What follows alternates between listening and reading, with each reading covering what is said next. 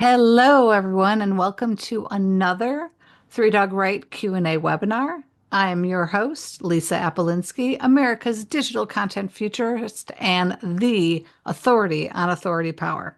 And I am so excited about my next guest, Karley Cunningham, my colleague and friend. So, Karley runs an amazing agency called Big Bold Brand, and she really helps businesses to understand how to leverage their brand for ROI and business development. She is the expert in this. Karley, please introduce yourself to our viewers and tell them a little bit about you. Amazing. Thank you. I'm so excited to be here because I know we got lots to talk about. We just reviewed the deck, folks, and there's lots of good stuff to come. Who am I? I am a Vancouverite, so I live in Canada. Well, okay, if we're being technical, I live in North Vancouver at the foot of the mountains. When I'm not helping businesses grow and accelerate through the power of brand and strategy, you can find me in those mountains on the trails, typically on my mountain bike, hiking, or chasing after my dog who has high prey drive. He's a little nutter. And I'm really fueled by helping small to mid-sized businesses succeed. And my purpose is to fuel their entrepreneurial fire and help them accelerate their growth, success, and impact. Ah, I love that. So, we looked at your deck, which is amazing, and I'm excited to talk about what do they call it again? That fluffy stuff? Yeah. Yeah, Yeah. that is a question that I got, and I still sometimes get, and it's funny when I'm sitting across that quote unquote boardroom table, so to speak, even if it's like in a Zoom room, there gets a point when I'm presenting a proposal where I can see it. It's almost like I see the thought bubble pop up above their head where, I've gone through the proposal, we've gone through the discovery of the sales process, and I understand their problems, and they've been like, "Yep, those are our problems." I present the proposal, and they've been nodding all the way along, and I'm super excited because they've been nodding, and they're like, "Yeah, like this is a solution to the burning problem." And then we get to the packages and the pricing, and I can see the shift in that little thought bubble. And what some people have asked me is, does this fluffy beep really work? So does this fluffy stuff really work? Like, and their expression changes. And so then we get into that pricing value conversation, which Yeah. then is you kind of hit the peak and you've fallen off a little bit, and I have to bring it back. And what I have learned is that question, does this fluffy stuff, does branding really work? How is it going to boost things in my business? How's it going to drive ROI? Well, we're going to dive into what I've learned because I spent many years doing observational research, collecting my own data, and I'm sure you know, Lisa, as a marketer, observational research doesn't go very far in our industry. I mean, there are whole veins of science where observational research is the thing, but in our industry, unfortunately, doesn't hold a lot of weight. So I finally worked with Susan Bayer. She's an amazing attitudinal researcher. You're smiling because I know you know her. Yep. And Yep. She we did a lives in my study. neighborhood. So, yep. She does. And I wish I lived in your neighborhood. I love Arizona.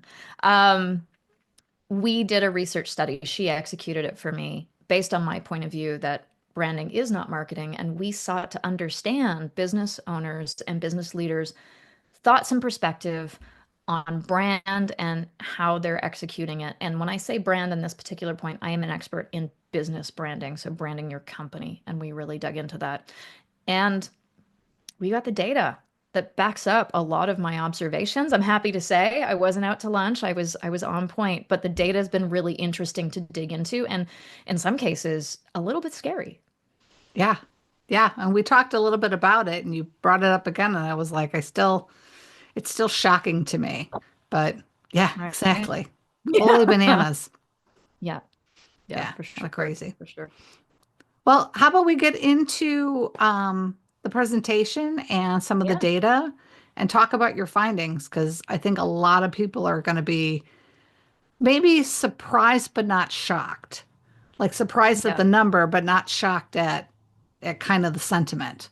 The sentiment. Yeah, absolutely. All right. Let me go to screen. Well, actually, yeah, I'm gonna go screen share first. Excuse the thing here. Play from start. So, yeah, let's talk about, does this fluffy stuff really work? And So, I'm actually not seeing it, and I you're don't not seeing know it. Oh, hold on. why. Give me 2 seconds. And there we go. Yay! There it is. Yay! PowerPoint's Yay! really finicky about the order. Boo, PowerPoint. So let's talk about, does this fluffy stuff really work?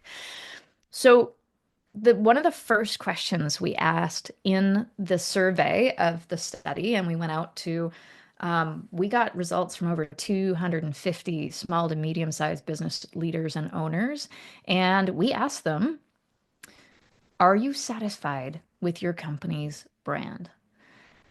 And I'll share something that was even more interesting in how we got to these numbers, or what they told us and what this revealed. We asked them at the beginning of the survey, and then we took them through a series of questions, which are based on my point of view. And that point of view is that branding is not marketing. And if you're treating it as marketing, you're likely only getting a 5 to 25% return. And so that was seeded through my points of view, through the ways we asked the questions throughout the survey. So they got to the end of the survey, we asked them the same question, which was, are you satisfied with your company's brand?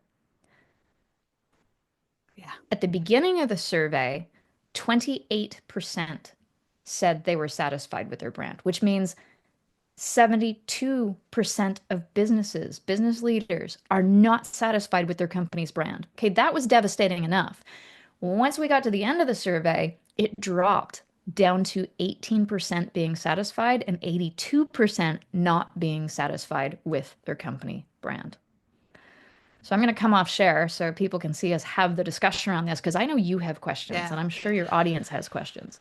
Yeah. So, well, first and foremost, when you talk about branding versus marketing, and I Mm-hmm. talk about this too, I talk about branding versus authority power, branding versus strategy, branding versus content, branding. Mm. So, what does that mean for you? What does branding mean for you? And what are the fundamental differences between marketing and branding? Great question. Often when I do a visual, because I like visuals, and unfortunately I don't have this in this deck, but I draw a yin and a yang, right? So branding and marketing fit together as tools, and hopefully strategic tools that help you build your business, that help you attract more people, that do all the things that you need to do to fill your funnel, keep it keep people moving through your funnel, keep them buying, have them buy, and keep them in your fan club, so to speak. You deliver a great brand experience. So coming back to that yin and that yang, in the marketing side, I have zeros and one, like just little graphics of zeros and ones, all filling up that part of, let's call it yang. And the reason for that is marketing is really a action and a result. Hey, we have this new product. Do you want to buy it? Yes or no? Hey, X service is on sale. Are you interested? Yes or no?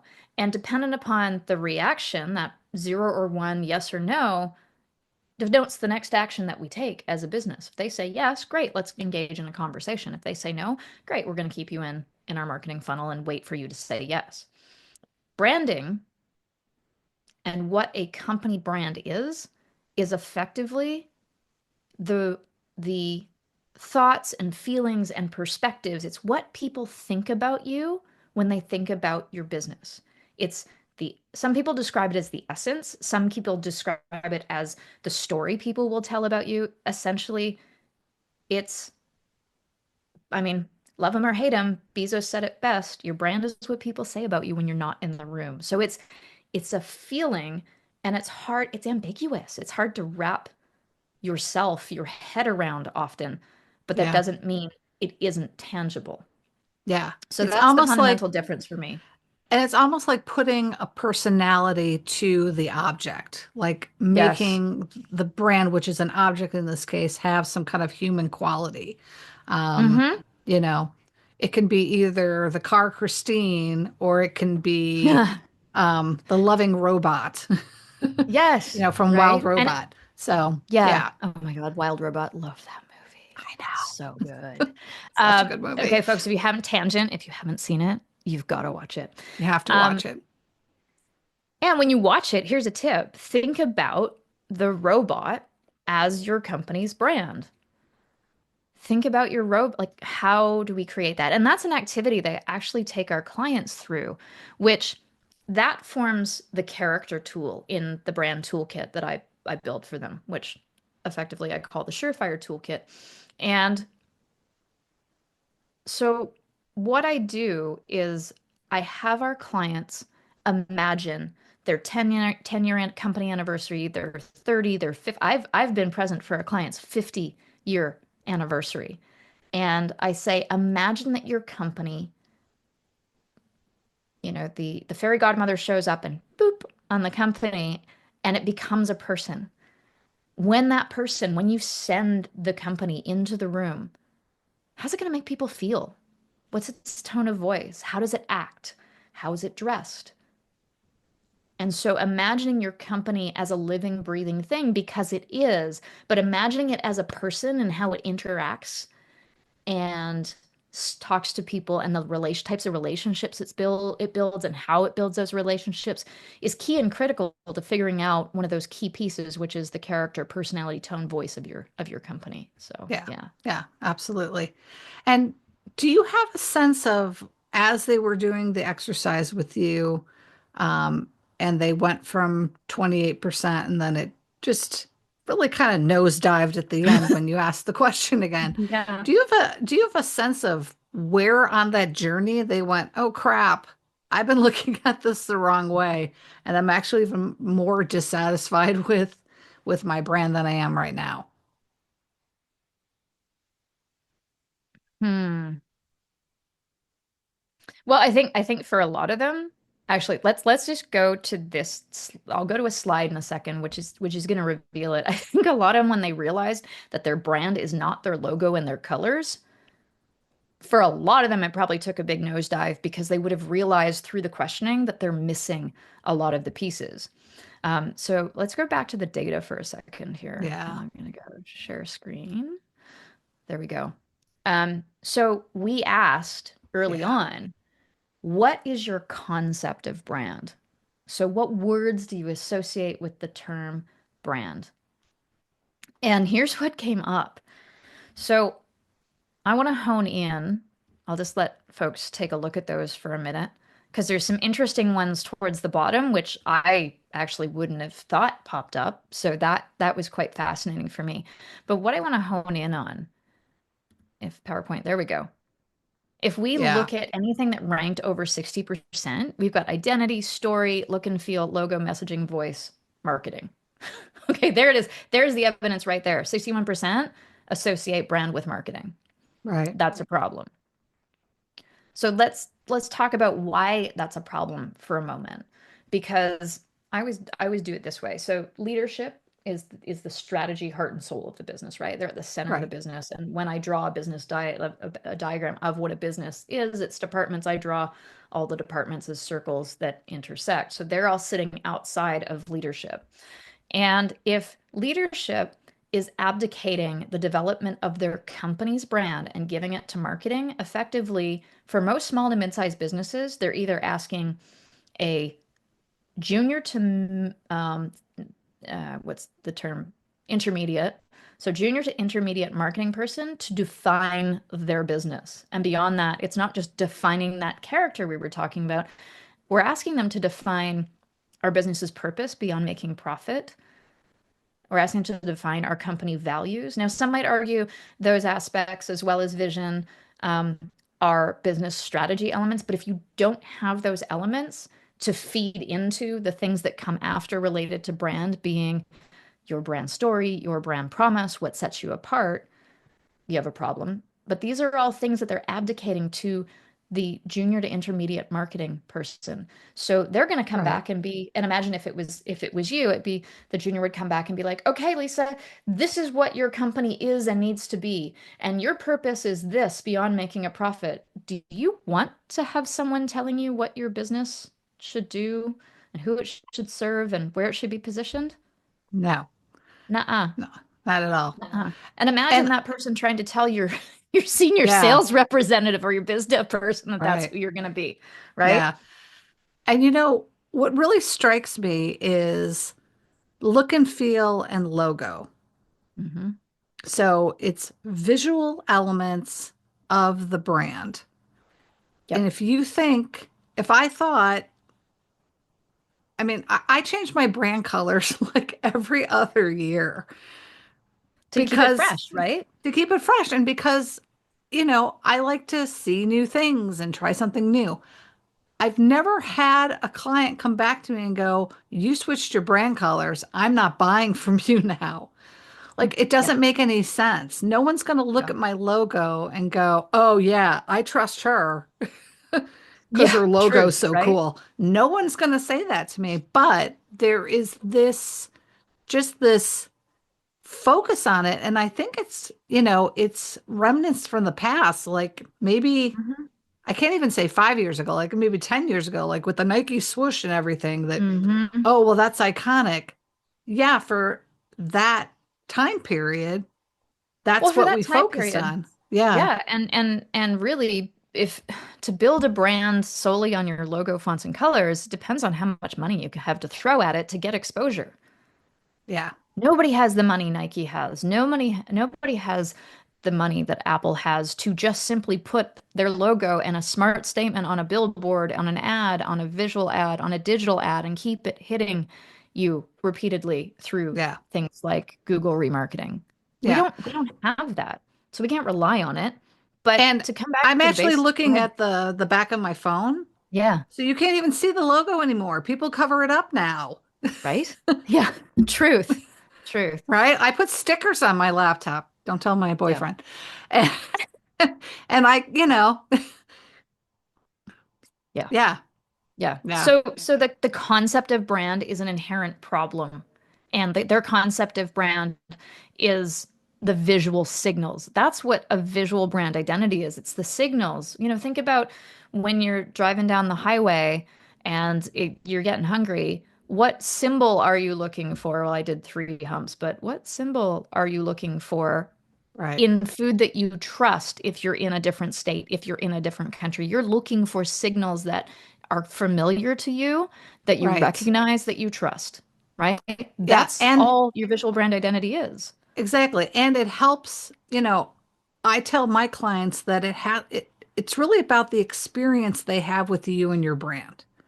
They just 100%. want a consistent experience. So if Yep. you show up and you're super professional and you look super sharp, and then they go to your website and it's like this weird primary color, clown color site with a lot of, like jarring elements. And it's Yep. it's not that they don't like the brand, it's that it's not consistent with what they expected after talking to you.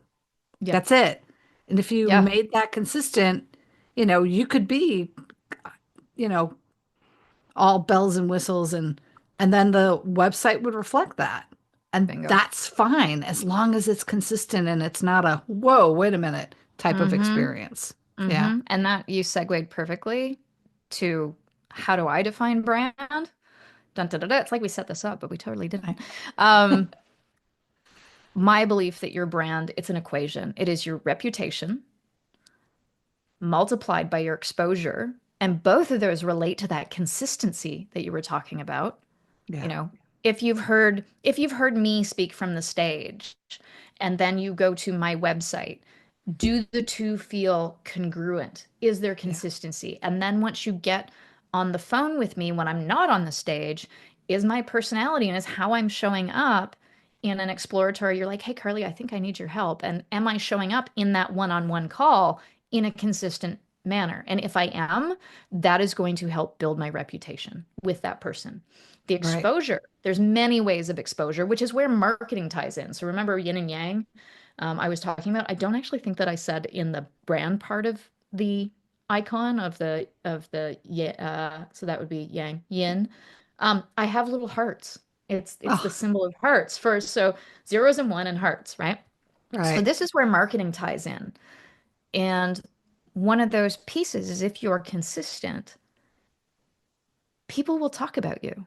If you're being, as our Susan Bayer loves to say, our good friend, being relentlessly helpful. As your sales coach, or our sales coaches in general, good ones will tell you start delivering value before you ever make a sale. So all of that builds that reputation, and people can't help but talk about you. So that is part of the exposure piece. So the stronger Right. reputation you build, the more people talk about you. That is your brand. What people hear about you who have never interacted with you.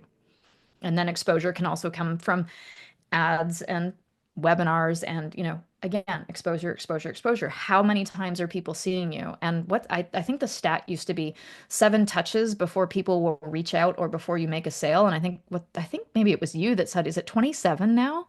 That's just It's crazy, it's like 54 or something. It's something ungodly. It's right? just it's so many. It's just Yeah. too many. Yeah. Yeah. But that goes to your point that you have to keep showing up. Yeah. Yeah. You can't Absolutely. phone it in anymore. Like you have to be consistent and you have to keep going at it, going at it, going at it, going at it, going at it. Yeah. So for the folks listening, because you're smart people, you're here, you're still tuned in, and it tells me you like to learn. Let's flip this. So the profitable worldview or belief of what a brand is, my hope is that you're starting to see that your company's brand is the result of the experiences they have, one or 100, and what they share with others about your business. And that is certainly far beyond your logos and your colors. Yes. And It's that everything and you do.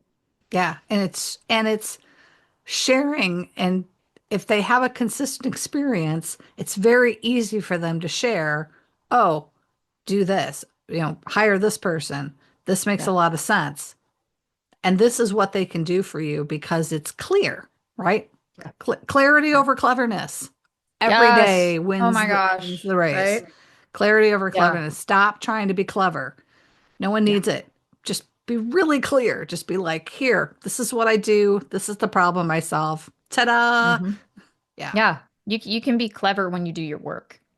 And by clever, I mean Yes. like be smart about the way you do it. Outpace your Yes. competition. Yeah. Yes. Yeah. Yes. Absolutely. Absolutely. Absolutely.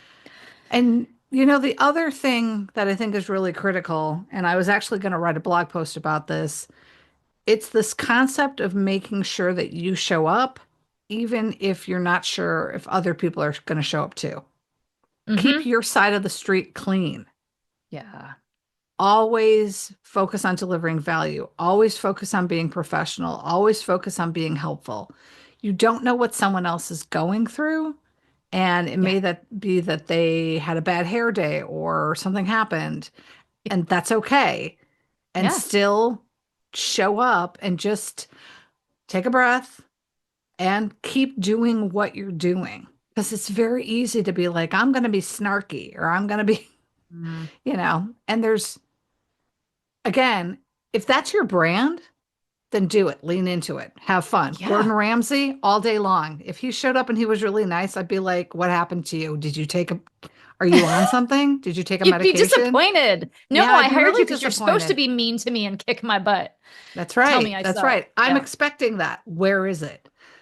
And that's the But if, last thing you want people to say. Well, I was expecting this. So what yeah, happened? That is yeah. not the If conversation you want to have. you made me go to, if Oprah showed up snarky, we all be like, what? Yeah. What We'd be aliens like, abducted her? no, no. Yeah. Mm-mm. Yeah. No, no. Yeah. Yeah. Craziness. Yeah. All right. We Yeah. got more stats. Yeah. Let's Want see to more dig into this? stats. All right. Let's see more Stats stats. are our friend. We love Stats are data. our friend, not food. Um, one of the next questions well, jumping to forward through many questions, but one of the things that stood out to us was the answer to this, which is why I suspect, said as why I know that businesses aren't satisfied with their brands is because they're not treating it strategically. They're treating it tactically. So what did the research tell us? So we asked, is branding included in your business strategy discussions? So that's where we jump it from take it out of marketing, put it into the leadership house. And when you're having Mhm. those weekly, monthly strategy discussions, you should be talking about brand because it's your reputation and your exposure. Like there's nothing more valuable than your reputation if you're hoping to grow, accelerate, make an impact. So what did folks tell us? Only 20% said always. Yeah. So that to me means only 20% truly understand the power of brand. For the most part, was our other option answer, only 35%. So that's 55%. So that's just more than half of business owners and their leadership teams who are treating brands strategically and having those discussions at the leadership table. And there's 3%, and so there's, and rare, never rarely came in at 16%. So I feel for those folks, Oh, yeah. especially if they're spending money on their brand because they're effectively not getting any traction from it. They're maybe building their brand identity, maybe they're building some of the strategic tools like their values and their differentiators and their UVP, but they're not putting them into action or they're not putting them into full action. So, Yeah. yeah, Yeah. pretty revealing. And and I think that you've heard this, and I swear, if I had $1 for every time I heard this, well, I did all this stuff for marketing. I did all this stuff for my brand, and nothing came out of it. Well, Hmm. that's part of why Yeah. you've treated it as a separate entity. And I actually was talking to a potential client who is spending a ton of money Hmm. rebranding. Hmm. Again, I don't think that's right, wrong, or indifferent. That's great Hmm. for that individual. Yep. Changed the name of the company with one by one word. Hmm. And I'm like, so you think that changing the name of your company from like, I'll just make it up, from like um, associates to enterprise or something, that's going to make the difference for your clients to hire you? Because that's what you're saying. I'm changing the name of my company in a small way. It's not like you've completely renamed it where you've made it clear. Like I think of Nona Prather, her brand was Prather Marketing, and now it's Speaker Elevation because she elevates speakers. Makes sense to me. That I understand. But changing one word and then, he gets sold on, he needs a new logo, he needs new identity, new colors, new website. And I'm sitting here going, I, I'm Yeah. I'm waiting for him to come back in 2 or 3 months and say, I spent all this money and it didn't do anything. Yeah. And I feel Yeah, for him because you know who's responsible for that? The branders and marketers that sold him on it. yeah, yeah, And I don't want to say they sold him a bill of goods. What I'm hearing is they didn't get to the core problem that they needed to solve. yeah, They simply sold him services because they felt that he needed it. It also tells me that, well, and I see this and I hear this all the time. Unfortunately, we are not good at educating our clients. yes, And that's on us, marketers and branders. And, yeah, some marketers even are like, oh, yeah. And web dev companies, where you're guilty of this too, guys, gals, yeah, is they're selling brand off the side of their desk because, oh, they've gone to their business coach. And I mean, again, kudos to them for wanting to grow their business and be able to serve their clients. But wandering out of that zone of genius and only selling a piece of brand, which often people will talk about, oh, let it, well, we're doing your website. We'll write your brand story too. Or yeah, we'll help you develop your UVP, or we'll help you like, please, folks, stay in your own zone. If you're not going to stay in your own zone, really become an expert in that piece because we're doing a disservice to our clients. And I stopped doing web. I mean, my background is in graphic design. I was the young junior who, oh, Carly's passionate about web. She understands it. Give it to her to figure out. So I did graphic design, web, content writing, and messaging. And I stopped doing web design, partial dev management because it just got too complex and got out of my comfort zone, and I wasn't doing a great service to my clients. Yeah. So, coming back to who's responsible for selling your client that quote unquote bill of goods, it's the company that sold it to them. Yeah. And the Yeah. thing that I've found that folks aren't good at doing is teaching their clients how to use these as tools. Your Yes. brand positioning and messaging are more than just words on a page. They are strategic tools if developed well. Your visual brand identity is more than your logo and your colors and how they show up on your website. It can guide how you show up on stage when you talk if you're a thought leader. Yeah. It can guide the topic of your next book. It can guide the research study that you do Yeah. because you should know your purpose beyond making a profit, get clear on who you serve, get clear on your vision for your own business, its character, and then move into, well, who is it that we serve? You can't serve everybody, so figure out your niche and then figure out what you do. Yeah.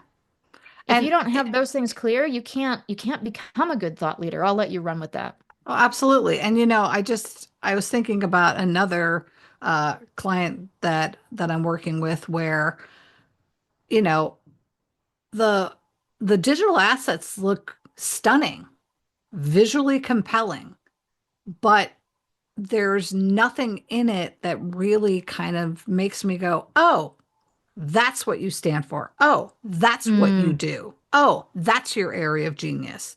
It's this yes. very nebulous, and there's actually a couple of people that I've talked to where it's just this very nebulous stuff. And, you know, now part of what I do to help people with their authority power, it might sound, a little bit superficial or hygienic, Fluffy? but fluffy. There you go. But it's important. It's again, it's aligning that experience. So if you're an author and there's nothing on your LinkedIn profile that talks about your books, it's weird. I'm like, why? It's part of, your career development. It's part of your professional Hmm. development. It's part of your showing up for your community. Why aren't you making sure people know other ways to engage with you as an Yes. authority? Now, me saying add the books to your LinkedIn sounds like I'm just telling you something really hygienic to do, but there's an added element to it. There's Mhm. this under the surface that's helping with people go, oh, you're the go-to because you're a published author on this, this, and this. There's, I I don't say it just because I think it sounds good or because Mhm. it, there's always strategy behind it, and it might Yeah. feel like it's fluffy, but when Hmm. we think of it in terms of a bigger picture of business strategy, of becoming the go-to authority, it it makes sense. It aligns with that. Yeah, And I'm gonna go to right kind of back to this dismiss slide. it as, it's fluffy nonsense. It's like, well, then you're missing your own authority power. And you're also, Mhm. like you said, you're doing your clients a disservice because they don't know all the ways they can interact with you. Yeah. Yeah. So I went right back to this slide because everything that you're saying, everything that you're wanting them to profile is building the reputation. Yeah. That other way of interacting with you without having to be in person with you is to read your book. Well, when they read your book, your thought leadership is going to make their world expand. It's going to change their worldview. It's going to give them tools and helpful things that they can take and put into action. You're going to deliver value. It's going to build your reputation. And guess what? If they love it, they're going to hand that book to another CEO or another colleague around the table in their circle of influence Yes. because they can't help And but talk about you, right? absolutely. And it's not, don't forget, we think of just about our first circle, right? The clients we want Hmm. to get. And that's lovely and that's great. But I want Hmm. people to think beyond that. Yes. Who else can you Preach. bring into your community that can help your fellow community members Yeah. who in your community maybe would never purchase your products and services, but can affect you getting on a stage. I'm thinking right now that Nona talked to me. There's someone who, is going to a conference. They they kind of double booked him for something, and he knew who I was. And he's like, Hmm. "Oh, I could pitch Lisa to take this for me." Yeah. That's because I because I made sure that there were different ways to interact with me, different ways to show up, and having, like you said, those fluffies along the way that make that stickiness happen. That to me, that's a beautiful sticky moment. Sticky Yes. moment like cotton candy, just I love sticky. it. Yeah, Sticky absolutely. and good. Sticky. Sticky and You know, good. right? Like, have you ever heard a kid screaming at the fair because their parents wouldn't buy them cotton candy? I mean, Oh come on. yeah.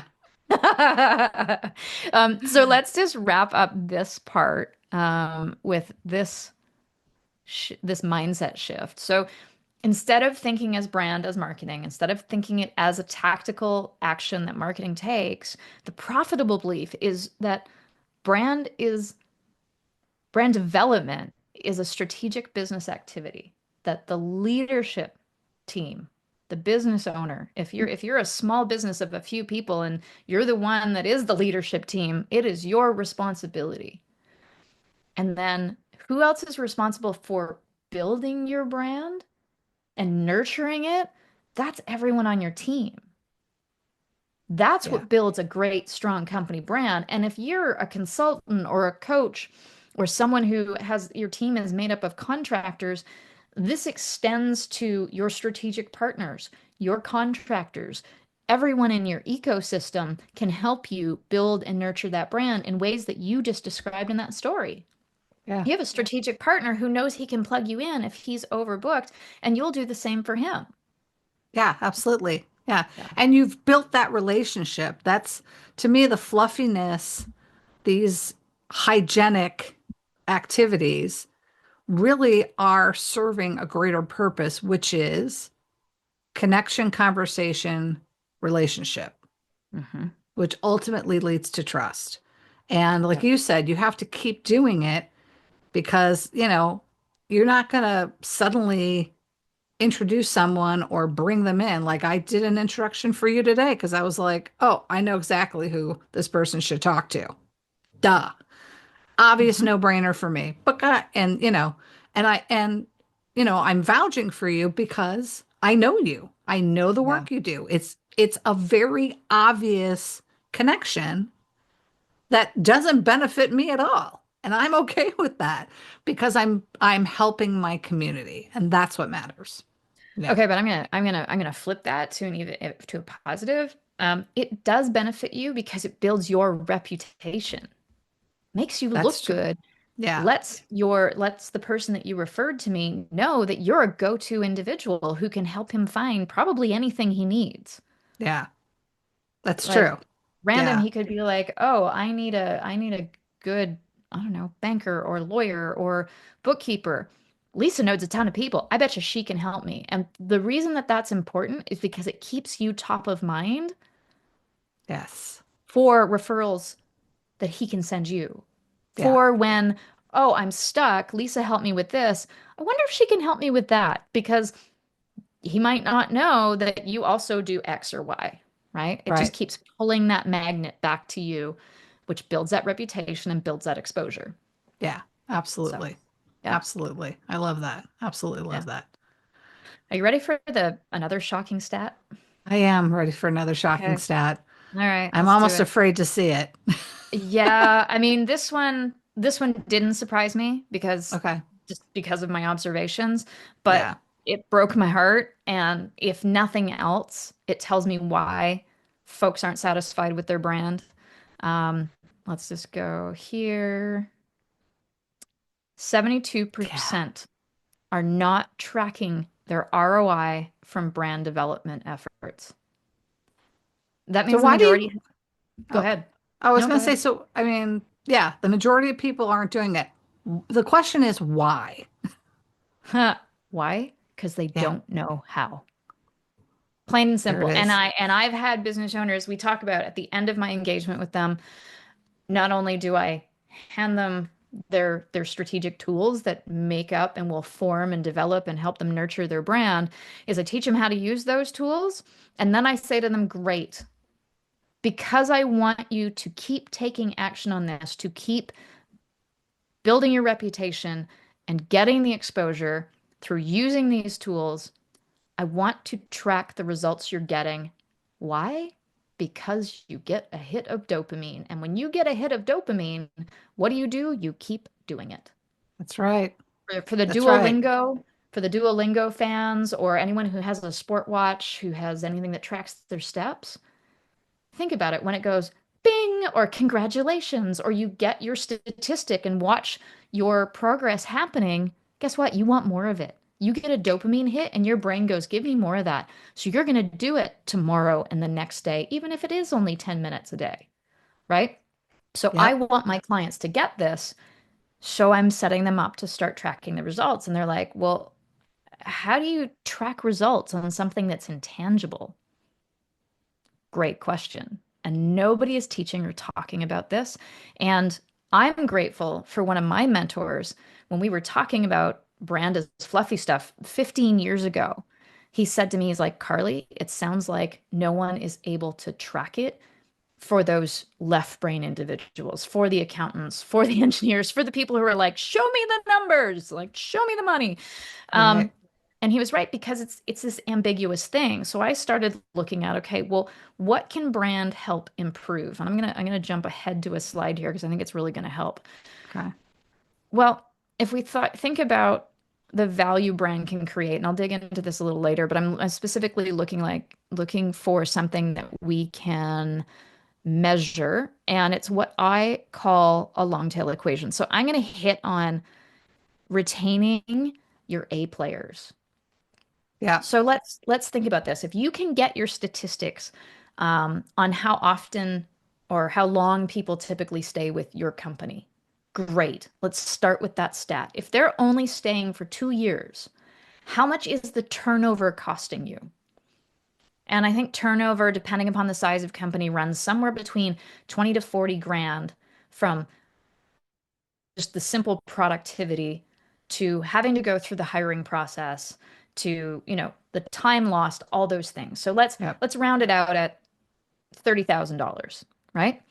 If you can then keep your A players for longer because you've built a great brand, because you are delivering on your values and your promise to the people who live in your company, and they know what you stand for, and they know why they show up to work every, understand what the difference they make is, all elements of a good brand, they're likely to stay longer. So let's assume we double it and they stay for 2 years. That means that you're not losing $30,000 every 2 years when Right. someone walks out the door. Now imagine if you're a larger company, your retention rate is 2 years and you lose 10 people. Wow, that just jumped to, we've just saved you $300,000.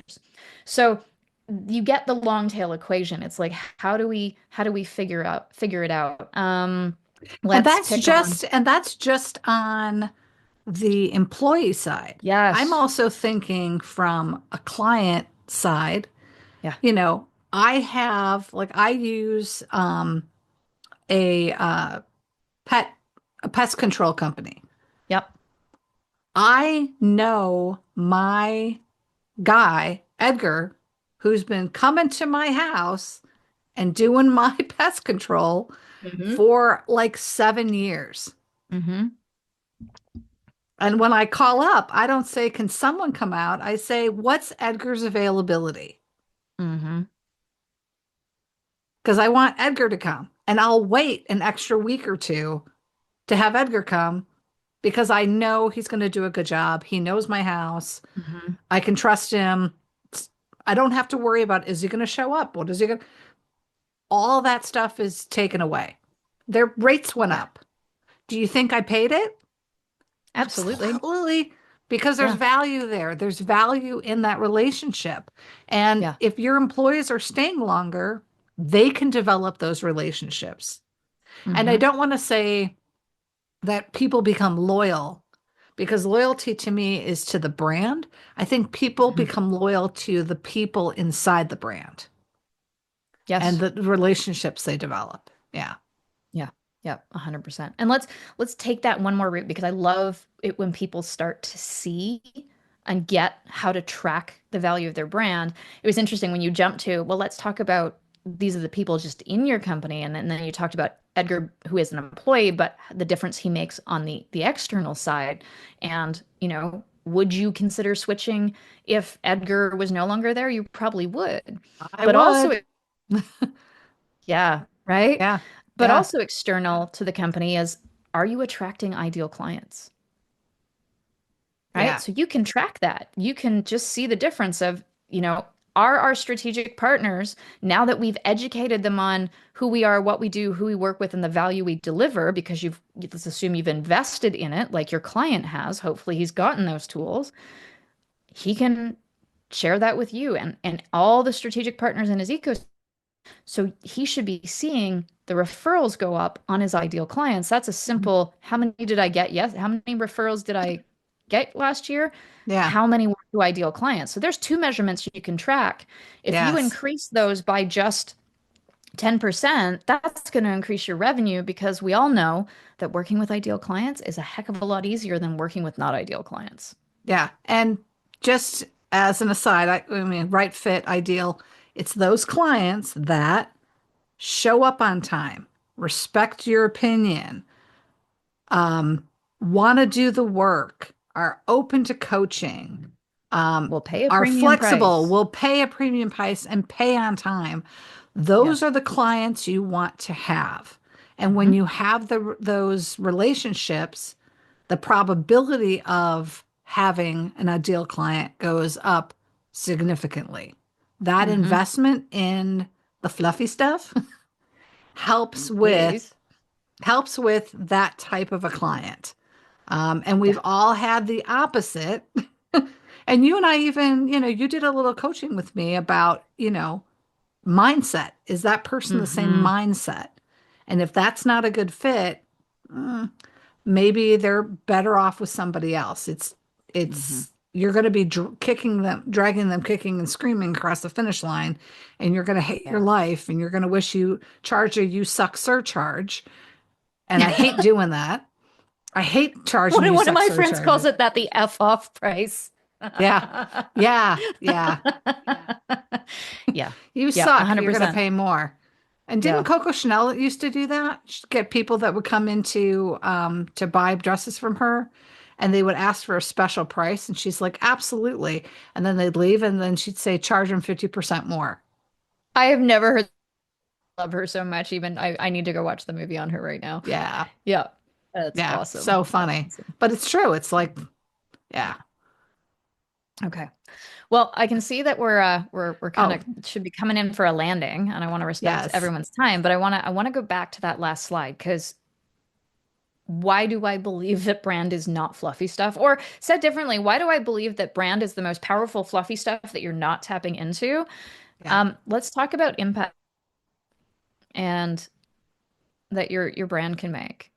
yes, A good brand can align everything and everyone in your business. It helps you attract those right fit clients, the people we love working with, the people we get out of bed to work with in the morning. Like, never have I ever gone, oh, I have a meeting this morning with my ideal client. I don't want to get out of bed. Right? yeah, It can help you more, it can help you generate more referrals and more right fit referrals. We talked about charging premium prices. It helps you close deals faster. And that's a yes, really easy measurement of I'm putting the right messaging out there. I'm conveying my value. And I've noticed that it doesn't no longer takes me a month to close clients. I'm closing them in 2 weeks. Well, guess what? That's less time, energy, money, and effort that you're putting into closing them. There is a dollar value to that because time is money. that's right. It'll help you clearly differentiate yourself from the competition so that share who you are, what you do, and the value you deliver compared to anybody else at the table, your ideal client should be saying, yes, I want to work with you, are the right fit for me. Let's do this. Attracting top talent, keeping that top talent that we talked about, reducing sales and marketing costs. So that comes back to the closing deals faster, gaining a competitive edge. Who doesn't want a competitive edge? Increasing market share and making mergers and acquisitions easier. I'll give you an example of that one because that one's a little like, well, how is my brand going to make my merger and acquisition easier? Aside from, we look good, the work's been done. One of our clients, they hit a growth point. They developed a reputation in the market. And when I say clients, these were two accountants. When they started working with me, I think they were 30 or 32 years old, and they built I think it was a 40-person accounting firm in 6-ish years. And they got the attention of all the bigger ones, all the bigger firms in the industry. And people started approaching them about acquisition. And they were like, huh, well, this is what we intended to do. We certainly didn't expect to do it this quickly. And they will tell you the reason they did it is because they built the tools in our Surefire toolkit. They spent the time building the brand, which accelerated their growth and success and made them stand out and got everybody's attention. But as they were having these meetings with those folks who were interested in acquiring them, they would walk out and the partners' names are Eva and Samit. And one of them would say, yeah, not interested because they're not aligned with our values. Their values were so clearly defined, which is something we did with them, that they knew that that person or that company buying them would not make them happy, and it also wouldn't serve they were so driven by their client, passionate about helping them, that they refused to sell to anybody who was going to treat them like a number. Yeah. So simple tool, powerful tool for choosing the right suitor and acquirer. Because let's face it, you're going to have to work for that person for a period of time, depending upon what you negotiate. So you Yeah. better like them, That's right? right. Yeah. That's Yeah. right. So, Absolutely. Yeah. yeah. You don't want to be like, ugh. No, Yeah. no. So Yeah. yeah, so that's why I have, this belief that branding is the most powerful and most underutilized strategic tool of most businesses. Yep. Yeah. Again, I agree with you. And and I love the fact that the data backs it up. Hmm. Um, that it's not something that you do and check off and throw away or throw Yeah. into a drawer and go, we're done. It's Yeah. something, it's a living, breathing organism that is that gives energy and fuel to your business and to the Hmm. employees and to your clients. And if you're Yeah. not feeding it, it will wither and die. Yeah, and feeding it, it can sound like an ambiguous. It's simply living and breathing your brand every single Yeah. day. How do you feed Yeah. it? You teach your team members, how do we live our values? How do we deliver on our brand promise? How do we present our brand story? Yeah. And Yeah. you teach them to use Exactly. them in the everyday business. You teach them how to make decisions based on your values, based on your brand promise, based on your vision. And that aligns everyone and everything. Yes. Yes. Absolutely. Karley, how can people contact you if they're ready to talk to you and understand how they can actually use their brand in Mhm. a strategic and value-driven way? Thank you for asking. The easiest way to find me, well, two ways. LinkedIn. You can find me on LinkedIn. That's where I hang out. I'm pretty quick to return to messages. I will say sometimes that inbox gets a little backseated, so I do check it, and I'm in there quite regular. But if you don't hear me, give me a few days. I'll get back to you. And the other way is simply sending me an email to Karley, Karley at bigboldbrand.com. And what I'm really excited about is to start releasing the research and making it accessible. Like everybody who is listening to this, you can access my research soon enough. Still working on building it into our website and also writing the report, but you can get access to it. And I'll just throw up a QR code right here. Yes. So if you hold your phone up and to that QR code, click through to the link down towards the end of the page, you can sign up, give us your email address, and we will let you know when all of that is ready for you to look at. And you can even play with the data. There's a really cool tool that we're adding in there. So lots of cool stuff to dig into. And I'm always happy to answer questions. So feel free to fire them to me via email or via LinkedIn. And Yeah, I just want to help. Ah, I love it. Karley Cunningham from Big Bold Brand. And You got people it. can be big and bold with Yes, their even brand. even if they're ambiverts or introverts, there are ways to make you big and bold in a way that is authentic and comfortable for you. Yes, yes. And so that people always have a consistent experience. Because to me, that's the most important thing. You know, 100%. you don't want to show up for a date and have the person have a photo from 20 years ago. No one likes that. So you, so It's here's a little short funny story about that. Um, my other half will tell you that for dates, I did not show up consistently because I am a bit of a chameleon, and I think that comes from the work I do is shifting into other people's shoes all the time, but I have right. so many facets of my personality. So night one, I showed up to the coffee shop dressed a certain way. And night two, I think we went to the beach, and so I was in board shorts and a tank top, but a different style. And then another time, I don't know. And then the next time we ran into, well, I showed up to surprise them. They walked by me because wearing a business suit, full makeup. They walked right by me. So it is important, but you can mix it up. You can mix it up, but that's your Yeah. brand. Like I remember Yes. you having um different eyeglasses, right? When you Yeah. were on stage, we are talking. So yeah, yeah. Yeah. If that's your Yeah. brand, You lean got into it. it. Own it. Yes. Own it. Yes. Own it. Awesome. Awesome. Well, Karley, again, thank you so much. And thank you to everybody who has been listening. I am Lisa Apolinsky, and I will leave you with this again. And I say this every single time. We are on a journey. God knows where we're going at this point, right? Everyone's like, ah. However, keep going, keep at it, just keep swimming because you are still at 100% to go. We haven't hit that summit. You never will. Keep at it, and you will see things start to shift. Just have to stay consistent. And we'll talk to you next time.